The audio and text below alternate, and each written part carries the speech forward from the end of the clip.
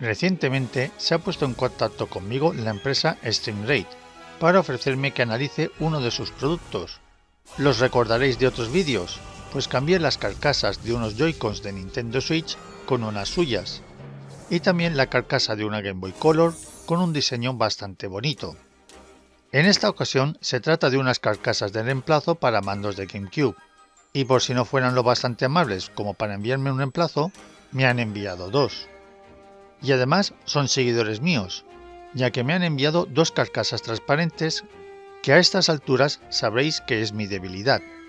El kit consiste en el reemplazo de carcasa del mando, incluyendo los botones, un reemplazo de las piezas internas, un recambio de tornillos y dos destornilladores, recambio de joysticks y gomas conductivas, también un recambio de piezas metálicas y un folleto en inglés. Como veis, viene con casi todo lo necesario para renovar el mando de GameCube, a excepción del cable y la electrónica. Voy a instalar una de las carcasas en este mando original de GameCube. No está en mal estado, solo un poco sucio, pero creo que será más rápido cambiarle la carcasa que limpiarlo a fondo. Usaré los dos destornilladores del kit, uno para tornillos trilobulares y otro para tornillos Phillips. Con el destornillador trilobular retiro los 6 tornillos que mantienen unidas las dos partes de las carcasas y retiro la parte inferior. Saco la placa base de la carcasa superior y separo de esta el soporte del motor de vibración, teniendo cuidado de apartar los cables tanto del motor como de los botones de los gatillos. Retiro las tapas de los joysticks simplemente tirando de ellos. Aprovecho para limpiar el joystick izquierdo que está lleno de suciedad, y hago lo mismo con la parte de los botones con un bastoncillo y algo de alcohol isopropílico. Voy a preparar la nueva carcasa, empezando por la parte superior, colocando primero los botones Start, A, B, X, Y y la cruceta. Para el botón Z, primero hay que instalarle una pieza metálica que viene con el kit antes de colocar el botón en su espacio. Hecho esto, coloco las gomas conductivas de los botones, la cruceta y el botón Start. Paso ahora a colocar las nuevas tapas de los joysticks. Es tan fácil como encajar el hueco de la tapa en el poste del joystick, que solo puede ponerse en una posición. Esto es igual para ambos joysticks. Ahora ya puedo colocar la placa base en la carcasa superior del mando. El siguiente paso es colocar el nuevo soporte para el motor de vibración, mientras encajo los botones de los gatillos y sus cables en los huecos correspondientes. Es el momento de pasar a la mitad inferior del mando, y lo primero es preparar los gatillos.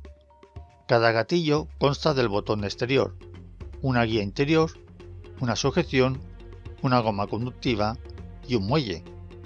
Hay que fijarse en que cada parte corresponde a un lado concreto indicado con una L o una R.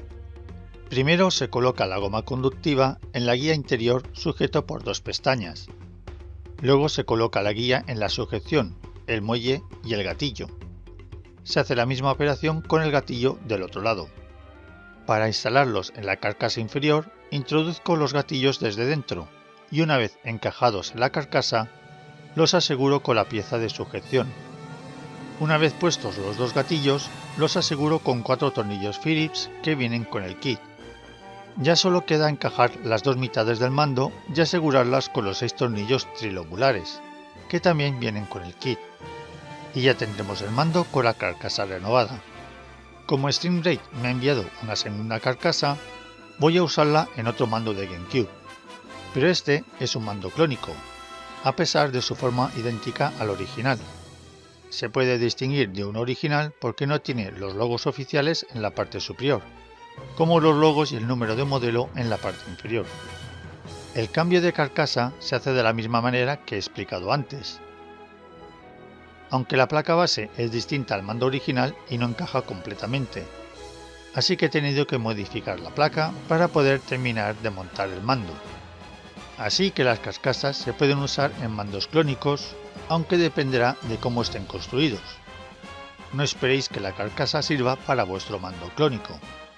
Las carcasas están construidas con plástico de buena calidad, se notan fuertes y rígidas, y no ceden ni crujen si intento retorcerlas.